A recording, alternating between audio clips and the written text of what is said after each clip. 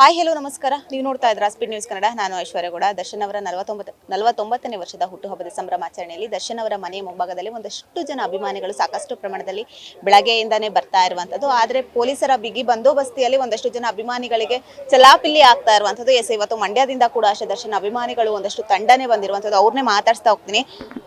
Sir, ಮೊದಲನೇದಾಗಿ ದರ್ಶನ್ ಅವರ 49ನೇ ವರ್ಷದ ಹುಟ್ಟುಹಬ್ಬದ ಸಂಭ್ರಮಾಚರಣೆ ದರ್ಶನ್ ಅವ್ರು ಯಾಕೆ ಇಷ್ಟ ಅನ್ನುವಂಥದ್ದು? ಏನೋ ಗೊತ್ತಿಲ್ಲ ಮೇಡಮ್, ಅವಾಗಿಂದನೂ ಇಷ್ಟ. ಅವ್ರು ಮಾಡೋ ದಾನ ಎಲ್ಲ ನೋಡಿ ಇಷ್ಟ ಪಡ್ತೀವಿ.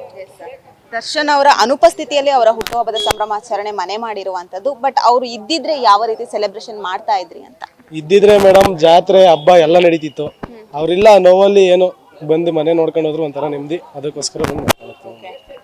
ದರ್ಶನ್ ಅವರಿಗೆ ಒಂದಷ್ಟು ಜನ ಗಜಪಡೆ ಅಂತ ಅವ್ರ ಜೊತೆಲಿ ಇದ್ದವರು ಈಗ ಆ ಗಜಪಡೆ ಚಲ್ಲಾಪಿಲ್ಲಿ ಆಗಿದೆ ಅಂತ ಅನ್ಸುತ್ತಾ, ನೀವು ಅಭಿಮಾನಿಯಾಗಿ ನೋಡಿರೋ ರೀತಿ? ಅದ್ರದ್ದೆಲ್ಲ ಗೊತ್ತಿಲ್ಲ ಮೇಡಮ್ ನಮ್ಗೆ. ಅದ್ರದ್ದು ನಾವು ಮಾತಾಡೋಷ್ಟು ದೊಡ್ಡವರಲ್ಲ.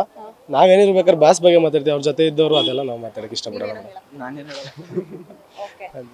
ಇನ್ನೊಂದು ಏನು ಅಂತ ಅಂದ್ರೆ, ದರ್ಶನ್ ಅವರ ಜೊತೆ ಒಬ್ರು ಯಾರಾದ್ರೂ ಆಗಿರ್ಬೋದು, ಹೀರೋಯಿನ್ ನಟಿಸಿರ್ತಾರೆ.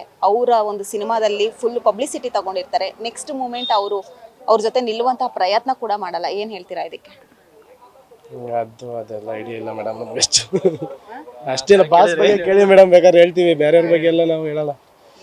ಬೇರೆ ಏನು ಹೇಳಲ್ಲ, ಬಾಸ್ ಬಗ್ಗೆ ಕೇಳಿಬೇಕು. ಜಮೀರ್ ಅಹಮದ್ ಅವರ ಮಗ ಜೈದ್ ಖಾನ್ ಅವ್ರು ಹೇಳಿರ್ತಾರೆ, ಅವರ ಹುಟ್ಟುಹಬ್ಬದ ಸಂಭ್ರಮಾಚರಣೆಯಲ್ಲಿ ದರ್ಶನ್ ಅವರು ಪರಪನ ಅಗ್ರಹಾರದಿಂದ ಆಚೆ ಬರ್ತಾರೆ ಅನ್ನುವಂತ ಮಾತಾಡಿದ್ರು. ಏನ್ ಹೇಳ್ತೀರಾ ಇದಕ್ಕೆ?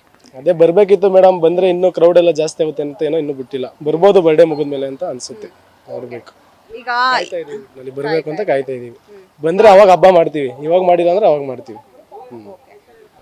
ಈಗ ಇನ್ನೊಂದ್ ಸ್ವಲ್ಪ ಜನ ಹೇಳ್ತಾರೆ, ದರ್ಶನ್ ಅವರ ಅಭಿಮಾನಿಗಳು ಪುಡಿ ರೌಡಿಗಳ ತರ ಆಡ್ತಾರೆ ಅನ್ನುವಂತಹ ಮಾತು ಸ್ವಲ್ಪ ಜನ ಆಡ್ತಾರೆ. ಅದಕ್ಕೆ ಏನ್ ಹೇಳ್ತೀರಾ? ಮೇಡಮ್, ಏಟರ್ಸ್ಗಳು ಹೇಳ್ತಾರೆ. ಏಟರ್ಸ್ಗಳು ಹೇಳೋದಕ್ಕೆಲ್ಲ ನಾವು ತಲೆ ಕೆಡ್ಸ್ಕೊಳ್ಳಲ್ಲ. ನಾವೇನೋ ನಮಗ್ ಗೊತ್ತು, ನಮ್ಮ ಬಾಸ್ ಏನು ಅಂತ ನಮಗ್ ಗೊತ್ತು.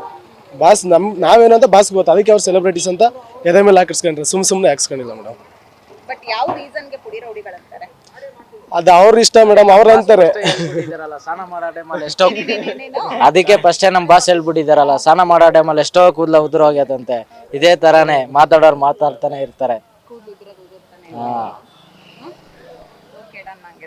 ಈಗ ಅಲ್ಲಿ ಮನೆ ಮುಂಭಾಗದಲ್ಲಿ ಹೋಗಿದ್ರೆ, ಆದ್ರೆ ಪೊಲೀಸ್ ಅವರ ಬಿಗು ಬಂದೋಬಸ್ತಿಯಿಂದ ಆಚೆ ಕಡೆ ಹೋಗಕ್ಕೂ ಬಿಡ್ತಾ ಇಲ್ಲ. ಸೊ ಎಷ್ಟೊತ್ತಿಂದ ಕಾಯ್ತಾ ಇದೀರಾ ಇಲ್ಲ? ಮೇಡಮ್, ಅಲ್ಲಿ ಒಂದು 2.5 hour ಆಯ್ತು ಬಂದು. ಬಿಡ್ತಾ ಇಲ್ಲ ಪೊಲೀಸ್ ಅವ್ರು. ಬೇಜಾರಾಗ್ತಾ ಇದೆ. ಇನ್ನೇನು ಅವ್ರ ಡ್ಯೂಟಿ ಅವ್ರು ಮಾಡ್ತಾವ್ರೆ. ಅವ್ರ ಡ್ಯೂಟಿ ಅವ್ರು ಮಾಡ್ತಾರೆ. ನಮ್ಮ ಪರ ನಾವು ಹೊರಗಡೆ ಇದೀವಿ ಮೇಡಮ್ ಅಷ್ಟೇ. ಅಭಿಮಾನಿಗಳೆಲ್ಲರೂ ಕೂಡ ವಿಜಯಲಕ್ಷ್ಮಿ ಅವರ ಪರವಾಗಿ ನಿಂತಿರೋ ಅಂತ ನಾವು ನೋಡಿದೀವಿ. ಸೊ ಏನ್ ಹೇಳ್ತೀರಾ ಅವ್ರ ಬಗ್ಗೆ? ಬಾಸ್ ಅಂತ ಇಲ್ಲ, ಬಾಸ್ ಪರವಾಗಿ ಅದಕ್ಕೆ ಜೊತೆನಾರು ನಿಂತ್ರೆ ಅವ್ರಿಗೊಂದು ಧೈರ್ಯ ಬರುತ್ತೆ ಅಂತ ಅದಕ್ಕೋಸ್ಕರ ನಿಂತಾರೆ. ಈ ಹಿಂದೆ ಇಲ್ಲ ಅವರ ಹುಟ್ಟುಹಬ್ಬದ ಸಂಭ್ರಮಾಚರಣೆಯಲ್ಲಿ ಅವ್ರನ್ನ ಮೀಟ್ ಮಾಡಿದ್ದು, ಅವ್ರ ಹತ್ರ ಮಾತಾಡಿದ್ರೆ? ಮೀಟ್ ಮಾಡಕ್ ಬಂದಿದೀವಿ ಮೇಡಮ್. ಆ ಕ್ರೌಡಲ್ಲಿ ಮೀಟ್ ಮಾಡಕ್ ಹೋಗಿಲ್ಲ. ಕಾಯ್ದು ಸಾಯಂಕಾಲವರೆಗೂ ಹಂಗೆ ವಾಪಸ್ ಹೋಗಿದೀವಿ. ಇನ್ನು ಈಗ ನೆಕ್ಸ್ಟ್ ಟೈಮ್ ಬಂದಾಗ ಮೀಟ್ ಮಾಡಬೇಕು ಹೊರಗಡೆ ಬಂದ್ರೆ. ನೆಕ್ಸ್ಟ್ ವರ್ಷ ಅವರ 50ನೇ ವರ್ಷದ ಹುಟ್ಟುಹಬ್ಬ. ಸೊ ಯಾವ ರೀತಿ ಸೆಲೆಬ್ರೇಷನ್ ಅಂತ ಪ್ಲಾನ್? ಇನ್ನೂ ಗ್ರ್ಯಾಂಡ್ ಆಗಿ ಆಗುತ್ತೆ ಮೇಡಮ್. ಇವಾಗ ಸಿಂಪಲ್ ಆಗಿ ಮಾಡಿದೀವಿ, ನಮ್ಮ ಕೈಲಾದಷ್ಟು ನಾವು ಮಾಡ್ಬಿಟ್ಟು ಬಂದಿದೀವಿ. ನೆಕ್ಸ್ಟ್ ಇನ್ನೂ ಗ್ರ್ಯಾಂಡ್ ಆಗಿ ಮಾಡ್ತೀವಿ ಮೇಡಮ್. ಕೊನೆಯದಾಗಿ ದರ್ಶನ್ ಅವರ ಬಗ್ಗೆ ಏನ್ ಹೇಳಕ್ ಇಷ್ಟಪಡ್ತೀರಾ? ದೇವ್ರು ಮೇಡಮ್ ಅಷ್ಟೇ. ಅವರು ನಮ್ಗೆ ಏನೇ ಇದ್ರು ಅವ್ರ ದೇವ್ರು ಅಷ್ಟೇ. ನಾವು ದೇವ್ರೆ ಅಷ್ಟೇ. ನಾವು ದೇವ್ರೇ ಹೇಳೋದು. ಬಾಸ್ ಜೈ ಡಿ ಬಾಸ್. ನೀವೇನ್ ಹೇಳ್ತೀರಾ? ದೇವ್ರೇ ಮೇಡಮ್ ಅವರ.